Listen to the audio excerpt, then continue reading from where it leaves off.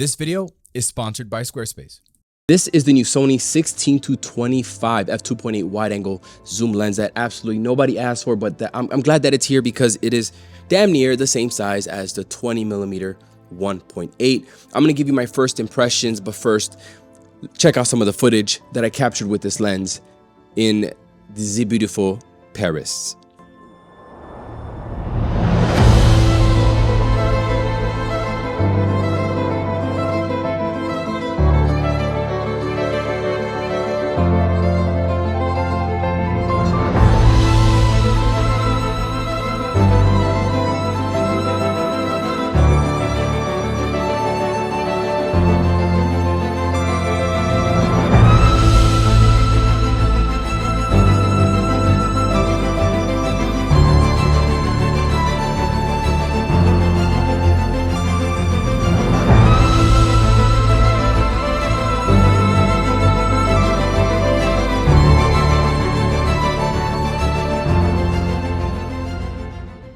First and foremost, don't let the Sony Alpha hat fool you. No brand is above criticism, and I keep it 100. With that said, the 16-25 is freaking awesome. Here I have two of the more popular third-party options: the Tamron 17-28, the Sigma 16-28. When people come to me and they ask me what wide-angle lens they should buy, actually, the guy at Target, the cashier at Target, asked me what wide-angle lens he should buy for his A7 II, which clearly he's on a budget.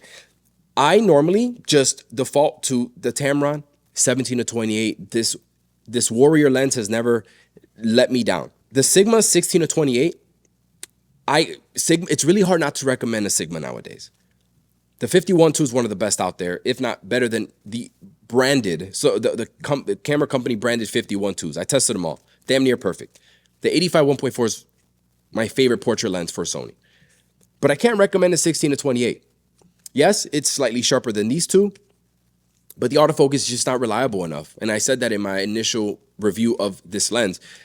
And the focus breathing is atrocious. So this is a no for me. Tamron, yes, but not until the 16-25 has arrived. And now this is the lens, without a doubt. This is the lens that I'm going to personally recommend to people that they pick up for a wide-angle zoom lens for Sony mount. Now, reason number one is the size. So this 16-25 is slightly smaller and lighter than the Tamron and the Sigma.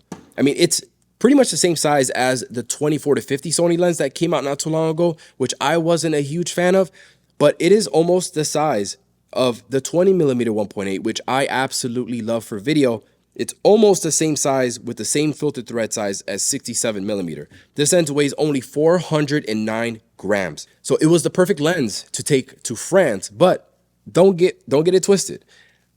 The reason why I didn't do a lot of night shots in France was because every other block there was someone getting pickpocketed. Okay, so it's funny in France that, you know, I'm here trying to take some night B-roll, because the city is just an entire vibe.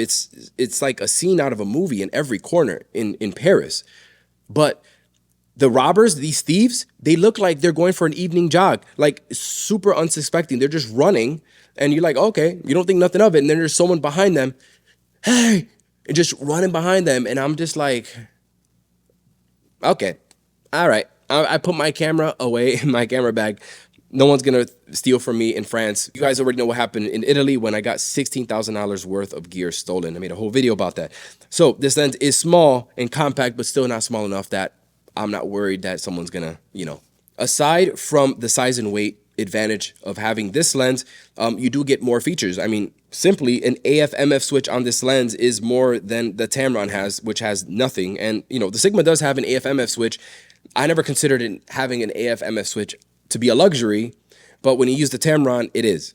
And I found myself many times having to do manual focus when using, you know, the ZV-E1 in this lens, and it's nice having it. It also has a button here that you can customize, has an aperture ring. The only two downsides to this lens, well, one, it extends when you zoom. It's only a little bit, but it does extend.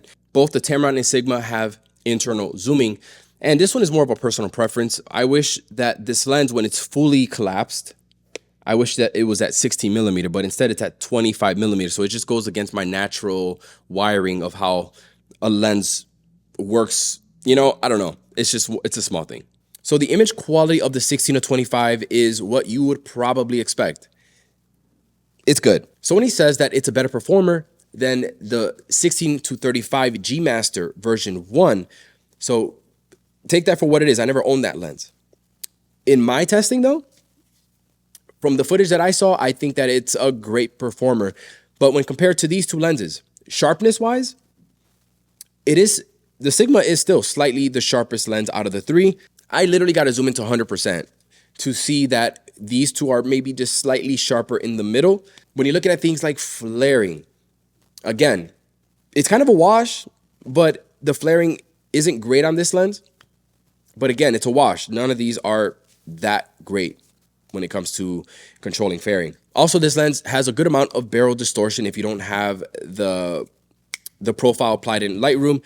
So do these lenses. They all have a decent amount of barrel distortion, but you know, look what you're getting here. You know, there's always, and that's one of the most easily corrected things when you're in post-processing. When looking at the autofocus of the 16-25, this is another one of those, probably one of the bigger reasons why this lens is just ahead of these two guys. You know, it's got all the newest focusing motors. It's no point in going into all but you know, this lens can handle, let's say you put it on an A9 III, you can handle up to 120 frames per second shooting. So it's able to keep up with the fastest shooting camera on the planet right now, and that's the A9 III. I can't say the same for these third-party lenses. The Sigma, just doing basic focusing, it has trouble. But this one, obviously, it's on a different playing field here, okay? So like I said earlier, this lens damn near has no focus breathing, okay? So if you have a lens, if you have a camera that has no focus breathing compensation, you don't have that feature, this lens, you're not gonna have to worry about it because it damn near has nothing, okay? And they were still able to make this lens smaller and lighter than these two. The Tamron and Sigma really struggle with those. I mean, it really struggles with that. So big win for the Sony again. All right, I want to take a second and thank the sponsor of this video, Squarespace. Squarespace makes it so easy and seamless to set up a website for your business, whether that's an online store, a blog, or a personal site like mine. Squarespace has this thing called Blueprint AI that gives you unique design and styling options to best align with your brand. A feature that can give your site some personality. I'm currently tinkering with it right now because I plan on doing an entire redesign pretty soon. It's also been effortless to manage my online store, selling my presets, and even more recently, I've been building out an appointments feature that will allow my viewers and site visitors to schedule a mentorship call with me in just a few quick steps. So if you use the coupon code Manny, you will get 10% off your first purchase with Squarespace. So check them out. Link will be in the description. So does this lens get my buying recommendation? Sony hasn't even confirmed the price yet. They said it's going to be between $1,100 and $1,300. If this lens is $1,100, I think that it's a no-brainer. It's only a couple $100 more than the Sigma and Tamron, which are $900 and $800.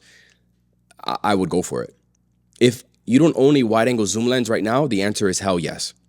If you already own a wide-angle zoom and you're happy, I don't know if it's worth it. I mean, if you're not like a working pro, you're not shooting weddings, maybe go pick up a used Tamron for like $500. That actually makes sense. Actually, you know what? My Tamron I'll sell. I don't use it at all. I'll sell it for $500. Send me an email.